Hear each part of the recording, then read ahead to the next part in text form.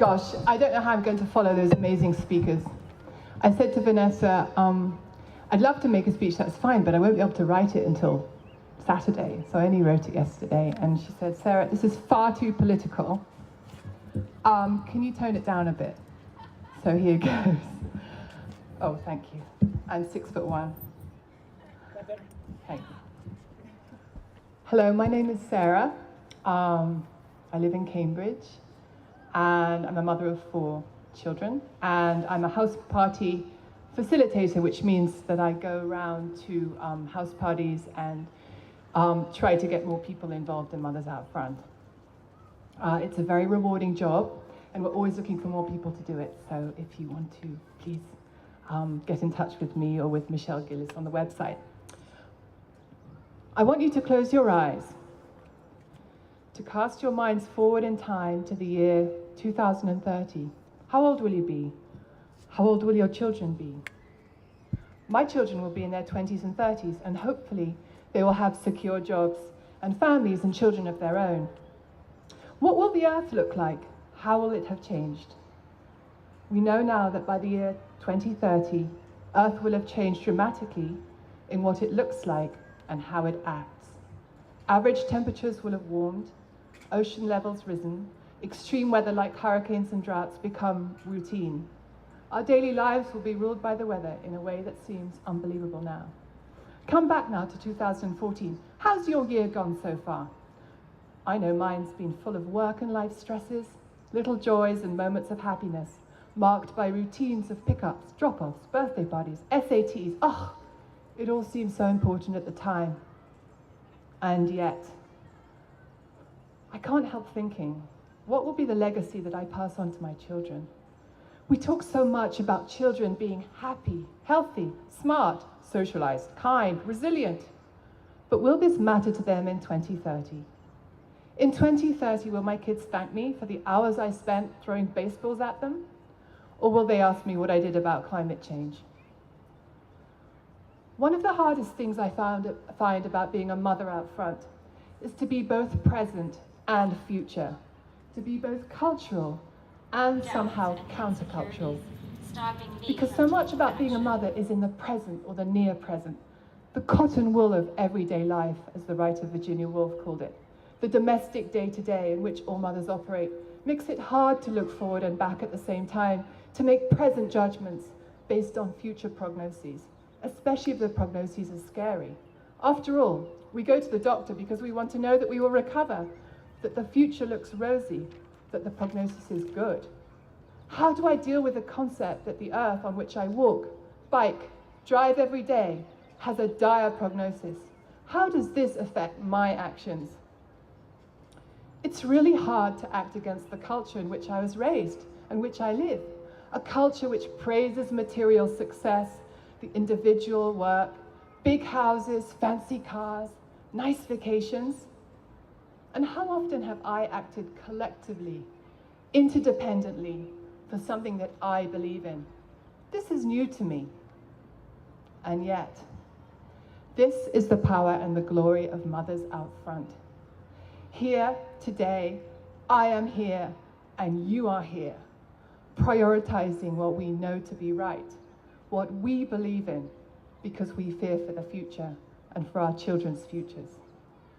12 short months ago, Mothers Out Front started in the basement of someone's house in Cambridge and now has grown incredibly into a strong, vibrant, and viable movement with hundreds of volunteers like me in communities around Boston and beyond. Since last year, I've seen mothers and others from Boston to the Pioneer Valley putting their pressing everyday anxieties aside in order to work tirelessly on making a more livable climate for their children, and I'm proud to be one of them. I know that together we can reverse climate change, and here's how. In April of this year, the International Panel on Climate Change published its report that detailed the inevitability of climate change and its effect on the Earth and our lives. I won't go into it here, you can read it online, but it was mostly chilling and frightening. However, the report did offer a crumb of hope. If we all act now to stop burning fossil fuels, we can slow climate change down. It's like having smoked for 20 years and then you quit. Your lungs can and do start to repair themselves. So too with the earth. There is hope, but we have to act now. And the way we have to act is by stopping burning fossil fuels for our energy needs. It's as simple as that. Simple, yet difficult. While the technology is there for us to get our energy needs from renewables such as wind and solar, tragically, the political will is not. Too many politicians, Republican and Democrat, are beholden to corporate interests and choose to support dirty energy. And I include natural gas in this category, along with coal and oil. This is a fact. Dirty energy is throwing its considerable financial clout behind ensuring that the US continues to make dangerous energy choices that threaten our children's future. And we have to act to change this political will. The technology is there, and it's affordable.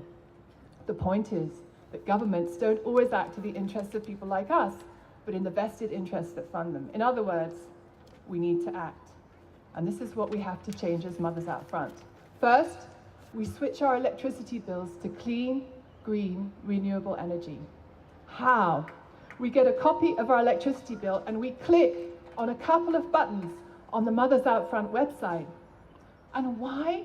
First, it's good for climate change, but most importantly, by switching collectively and in large numbers, we send a loud, clear message to Governor Patrick that we won't stand for any more fossil fuel energy in our homes in Massachusetts. We want him to sign an executive order to ban fossil fuel infrastructure in Massachusetts and make it the first state to get all its energy needs from renewables. And we can only do it if we show him that the will is there. And when we say fossil fuel, we mean natural gas too. We mean natural gas too. It's a fossil fuel, just like coal and oil. All this to say, unequivocally and strongly to you, that renewable energy is the only way forward. So I want to ask you today, how many of you here today have switched to clean, renewable energy for your households? Woo! Did you do it on the Mothers Out Front website? How many of you who haven't will commit to switching today?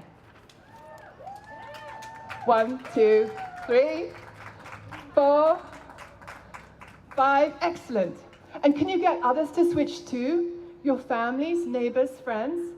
I can't stress to you enough the importance of numbers on this. Numbers equal power, and power equals change. And that way we can send a loud and clear message to Governor Patrick that we are thinking beyond his term and his successor's term, that we are present and we are future. We are frightened in our thoughts, yet urgent in our actions, that we are committed to our children and their future, not present short-term solutions, that we are warrior mothers and grandmothers, armed with our knowledge, our hope and our love, that together we can make the change the earth needs. Thank you very much.